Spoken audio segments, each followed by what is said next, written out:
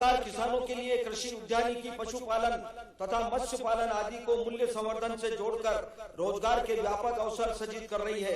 प्रधानमंत्री किसान सम्मान निधि अंतर्गत किसान परिवारों को रुपये 6,000 प्रति वर्ष की आर्थिक सहायता प्राप्त हो रही है।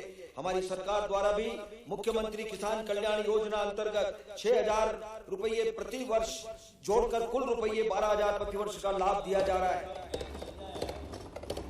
भावांतर योजना के अंतर्गत सोयाबीन के लिए 6,44,000 किसानों को रुपये 1,292 करोड़ का भुगतान किया गया है। भावांतर योजना के सुपरिणामों से प्रभावित होकर अन्य प्रदेशों द्वारा भी योजना में रुचि दिखाई गई है। महोदय, हमने विगत बजट भाषण में मुख्यमंत्री कृषक उन्नति योजना प्रारंभ करने की घोषणा की थी। इसके अंतर्गत किसानों को पारिस्थितिकीय संतुलन हेतु सहायक फसलें लेने पर राज्य सरकार द्वारा विशेष प्रोत्साहन राशि देने का प्रावधान है।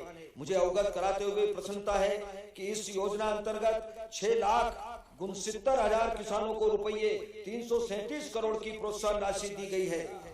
जैविक एवं प्राकृतिक खेती हमारी सरकार की उच्च प्राथमिकता है। हमारे प्रदेश में देश का सर्वाधिक प्रमाणित जैविक खेती क्षेत्र है।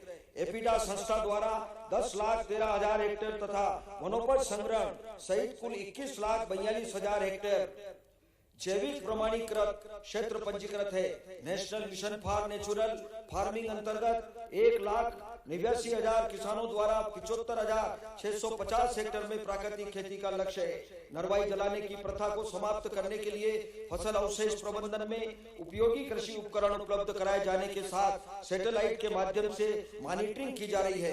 किसानों की सुविधा के लिए उन्नत सूचना प्रौद्योगिकी के उपयोग को बढ़ावा देने के उद्देश्य से एग्री GIS, MP किसान मोबाइल ऐप तथा एग्री स्टेट का उपयोग किया जा रहा है। भारत सरकार के फसल बीमा पोर्टल का भू अभिलेख पोर्टल से इंटीग्रेशन किया गया है। किसानों को उर्वरक की होम डिलीवरी का पायलट विकास पोर्टल के माध्यम से सफलतापूर्वक 3 जिलों में संपन्न हो चुका है।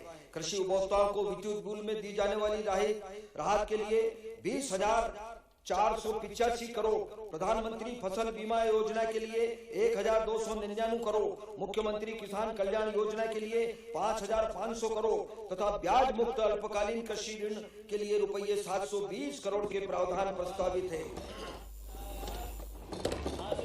वर्ष 2025-26 में समर्थन मूल्य पर 9,05,000 किसानों से 77,74,000 मेट्रिक टन गेहूं का उपार्जन कर रुपये 20,213 करोड़ की राशि का भुगतान किया गया। इसके अतिरिक्त रुपये 1,360 करोड़ का बोनस भुगतान भी किया गया।